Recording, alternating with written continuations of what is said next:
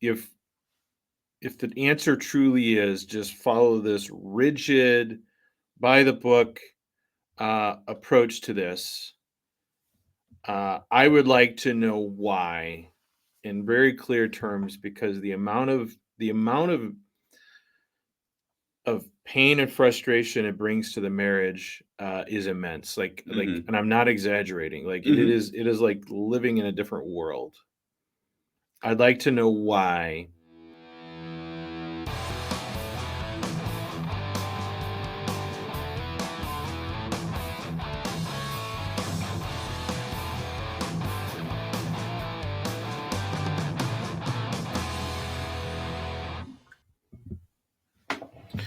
Welcome back, everyone. Craig and Jonah here. A little bit of ad lib.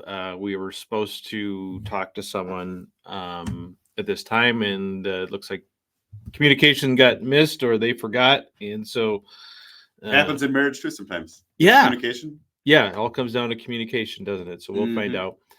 So if it's possible, they message me during this recording, and this one abruptly ends. But I keep a note on my phone of all the little ideas I have and things I want to talk about next time I get on with Jonah. So there's never an absence of things to talk about. Just finding out what is we're talking about at the time. So we just celebrated our youngest child's second birthday, and I'm pretty certain this is the only time that we weren't pregnant on one of our children's. So how many years has that been? So our oldest is 21. Okay. So 20 some years. Yeah. We started a new cycle a few days ago, and my wife told me, I was like, "Oh, I knew it was getting close," and I'm like, "We're getting kind of good at this." She's like, "Yeah, don't get cocky, buddy." Yeah, that's true. So, because we did cheat a little bit the last time. That's risky behavior. Yeah, usually that comes back to bite us, but we got away with it. You're aging. Yeah. I'm all for aging. There is to a certain degree. Yeah, although so the price that I paid was the little extra time that we were supposed to have in our infertile period got wasted away by Lyme's disease. We did get one kick at it. Yeah. Under somewhat duress, but we did it. We got it done. Otherwise, it would have been like literally one time last cycle. And that's a rough month. Yeah. That's a good point, because the question about whether men need sex or not. We've talked about that a little bit. What's your feeling on that? Do you think men to thrive? Yes. Okay. In order not to die, no, but in order to thrive, yes. Yeah. I think, I don't know that men need sex itself so much, the full conjugal act, as we need sexual activity. Like as far as for the intimacy or the connection, or what do you mean? Well, let's put up our little diagram here. All right. Which we haven't done in a while. So these are the what I think are the 5 key parts to a healthy sexual relationship. Everyone's very familiar with the procreative end. Not as familiar as you are, I guess. Yeah, right. For the most part. We all know what the procreative end is. We kind of know what the unitive thing is, although I think there's some room for disagreement as to what that actually entails. And then the lesser talked about bonding and pleasure. And I don't know if you can see.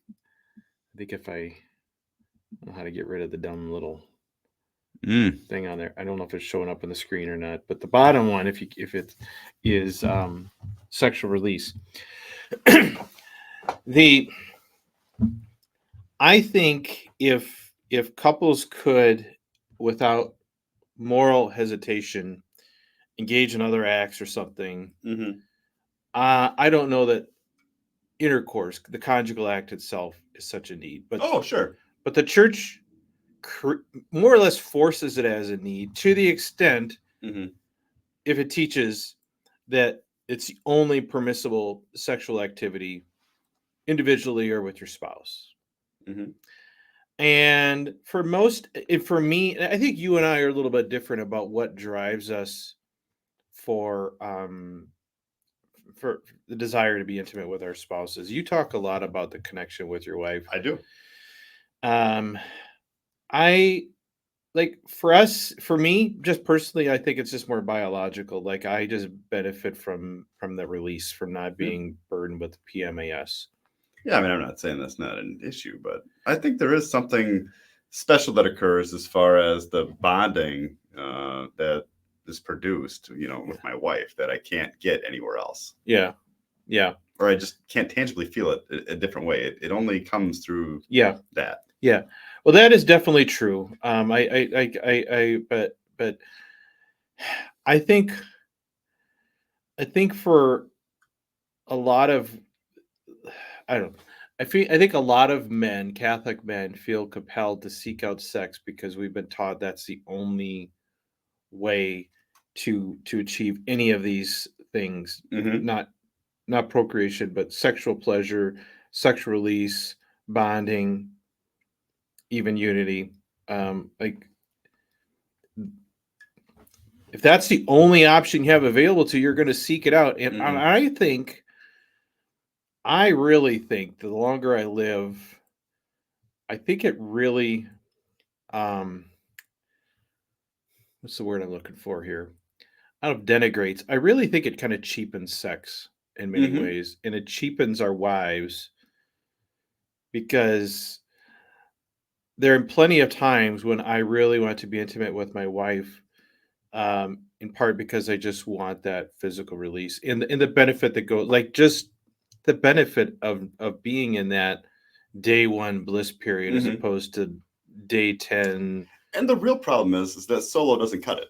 Right, Like, I don't know why. right. It's like I was trying to think of the analogy the other day. It's like if you're walking through the desert and you're very tired, or I'm sorry, you're very thirsty. I'm tired. Very thirsty, right? You haven't had any drink. Like solo is like a little solo cup, sippy cup. Mm-hmm. Like it takes the parchness out of your mouth for a moment, Mm-hmm. but it's very short lived, right? Mm-hmm. It's better than nothing, Mm-hmm. maybe, but it's not very satisfying. It doesn't last Mm-hmm. very long. Yeah. Whereas, let's say if you get engaged in let's say other acts with your spouse, from what I've heard, it provides, let's say it's a nice tall glass of water, Mm-hmm. which isn't replenishing everything. It's not rehydrating you, but having a glass of water if you walk through the desert is much better than a little Mm-hmm. paper cup, right? Yep. Yep. That's fair. And actually does give you some boost of energy, but really it is the full embrace is like, I don't know, sitting down for a glass of water and they hook an IV up to you and just Mm-hmm. fill you with fluids, right? Mm-hmm. Is that Yep. I think that's fair. And electrolytes and everything else that you need. yeah, I mean, it is the full thing. It is The full what experience. the full experience. Like I think nature clearly it's built into our nature. It is the For men, it at least, to it seek this out yeah. It on a really regular basis. fills you up. It's like it Mm-hmm. recharges your battery And entirely. the connection with your spouse, Yeah. like in a way that is special. Yeah. Yeah. Um and and you do, when you are in the abstinence periods, you are draining, you're like depleting that to some Mm-hmm. degree. And sometimes that's appropriate, but to be constantly Wandering through the desert yeah. for 40 years. Yeah. That's right. Right. With like I don't know. I just think that it's just it's just frustrating. It's hard that this all has to be so intertwined Mm-hmm. with these moral concepts that don't always seem to make a lot of sense and seem very disjointed from the actual real experience of being a person, being a man, going through this kind of up and down process month after month. Yeah, it's, I don't know, it's burdensome. Yeah. If it goes on for months and months Yeah. and months. Yeah. So I don't know. I wish it was easier to talk about these things, or in a way that you're not constantly just being attacked as being a heretic or whatever because you dare, I don't know, look at things maybe just from a slightly different angle than the church seems And to. for a lot of people, like, their only options, if they can't do the complete act, are other acts or solo activity, which does nothing for the marriage. So that's where the real issue is. Yeah, and it's funny. Maybe I'll pull this. I'm gonna pull this up here. Let me see if I can find it here. This is a poll that is still ongoing. I wonder if I responded to this one. I'm gonna. Oh yeah, I did already. Let me put it online because Oh man, there's a lot of wusses in there. let me put it on. Let me add. No kidding. Yeah. Let's see here. Okay, so I'm going to put a poll that is ongoing on Twitter on the screen. And the question is, for Catholic couples that use NFP, do you sometimes use other acts during the fertile/abstinence periods, whether you believe it's wrong or not? So right now, we have like about a day left on it, 2 days into a 3-day poll, and there's been 37 votes. So 70% said show results, which is really annoying. Yeah, well, maybe there's just not many people that use NFP. That's 26 people. Okay. So we've got 11 people that voted. Yeah. And of those, 18 point. So maybe you could do the math of of those that did it. I mean, the majority say no. So, but there's nobody that has once used it and no longer does. I think that's interesting. There's no formers like once you do it, you don't go back. Yep, I think that's fair to say. So yeah, there were 4 people that voted yes, and then probably 6 people, if I'm doing the math right, voted no. I would really like to get so about 50, really. I mean, close. Yeah. I'd like to get a much broader poll results on this. But I suppose only 4% of Catholics use NFP. Yeah. It's hard. Yeah, it's hard to really get numbers on that. Yeah. So I don't know. We're going to talk about this a little bit, I think, this week when we have a priest that's going to we're going to interview who has offered to answer all the questions that we have been raising on this stuff. And all right, to see, that's a high that's a big shoes to fill, I guess, if that's what he's going to do. I hope he can. But should be a great conversation, at least. Yeah, I think so. I think he's acknowledged appreciation for this, the fact that we talk about some of these things that are different from. It's just not easy because 2352 says that there are various circumstances for solo activity, at least, and nothing is mentioned about doing it as a couple. Yeah. And in order to keep your marriage alive, you need to have intimacy. I think that. How do you feel about that? Since you've there's months now where you only get one try at it or whatever. Do you think it's different than the multiple time a month sort of activity you had during the infertile periods? I would say, I think I'm aging. Like, I think only being able to do it a couple of times or 3 times a month hasn't been as bad as I thought it would be.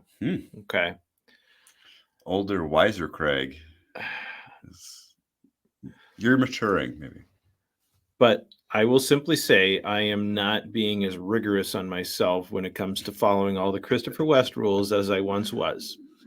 So there's less agony temporally, at least. To be honest, there isn't a lot of agony at all. Yeah. And what, I I don't know. I'm just being I'm just trying to be honest and transparent. Like when I stopped driving myself nuts month after month after month, mm-hmm. this all became much more bearable. Mm-hmm. For better or for worse. Took 20 years. Yeah. 20 years of hell that I never want to go back through again. And our marriage has never been better. That is like great. Like that is legit. And I know you asked my wife, she'll say the same thing. So I would really like someone to know if the answer truly is just follow this rigid, by the book approach to this. I would like to know why, in very clear terms, because the amount of pain and frustration it brings to the marriage is immense. Mm-hmm. And I'm not exaggerating. Like Mm-hmm. it is like living in a different world. I'd like to know why someone decided that's the way it has to be. Well, and we're taught that once you get married, those problems all go away. Yeah. But I mean, that's one of the biggest lies. Yeah. That's when it just begins. Yeah. No, I agree. So I don't know what to tell people. I mean, I part of me really wants people to enjoy what we enjoy, mm-hmm. which is and I know there's a lot of people still struggling in the midst of what we struggle with for so long. And I don't know. I mean, there's merit in suffering, I guess, but there probably is. It's not like it's easy. Like I don't mean to like, it's just there's just a level of stress in our marriage that isn't there constantly that once was because we're just not as paranoid about mm-hmm. all the little tits and tats of the law. Mm-hmm. So yeah.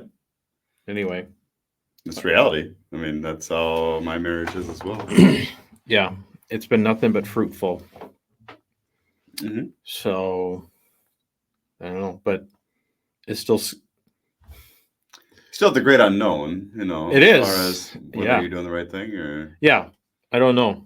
I don't know. I mean, I don't know if anyone will ever be able to assure me enough one way or another. Yeah, that's for sure. So you've traded one burden for another, I guess. But at least in the meantime, our marriage is thriving. Seems like it ought to count for something. Yeah, that should. Yeah, that means something. Yeah, I mean, it genuinely is, in a way that I never would have expected. I had no idea how much stress and strain I was putting on myself in our marriage all those years, trying to do what I think is just nearly impossible for most people. I think that as well, that it is nearly impossible, other than people that are living under a very specific circumstance where somebody may be infertile, maybe, or something like that. I don't know. Yeah. I don't know how it's all supposed to work, honestly. Yeah. I just don't know. Marriage and raising children is just such a high demand that I don't think we're designed like to have like periods in your life where intimacy is just not possible for whatever reason is one thing. But to have it baked into the culture, the fabric of your marriage constantly for decades. There needs to be a really good explanation for that, and the explanations I've seen so far are just not satisfying. It's just the way it is. Yeah. So, especially when you look at like how your marriage has been transformed. Yeah. I mean, it is totally different. So, I don't know. There's some trepidation, but I'm just at some point. at some point you just go with what your gut and your brain and your conscience tells you. I think is the best way I can put it. Yep. Yeah. Whatchamacallit, there's the phrase of conscience, the primacy of conscience. That makes a lot of sense. It does. Like, it does make sense. It does make a lot of sense in these circumstances. It just feels like something we kind of keep hidden. Like we hide from people unnecessarily. And a lot of people, really good people, I think, suffer under the weight of things that if they could stretch their conscience out a little bit and abide by it, might find that is what the Lord is offering them. And that Catholic marriage can be amazing. Yeah, totally agree. Yeah. So, well, that's as close as you'll get me to admitting anything. So, you get in Discord, I'm a little more transparent about things, but you have to get in our Discord group to get more specific than that. So, all right. Okay. Well, I guess our other guest isn't going to show up. That's okay. Maybe this was God's plan all along. Yep, we get home to our family now. Yep. So families. We don't live in a commune. Right. We're not that tight yet. That's for sure. Yeah. Hopefully it doesn't come to that. Yeah. You never know. The Lord works in mysterious ways. Yeah. Yep, don't rule anything out. Yep. So, well, thank you, Jonah. Thank you, everyone, for listening. You bet. And until next time, everyone. Bye. Have a good one.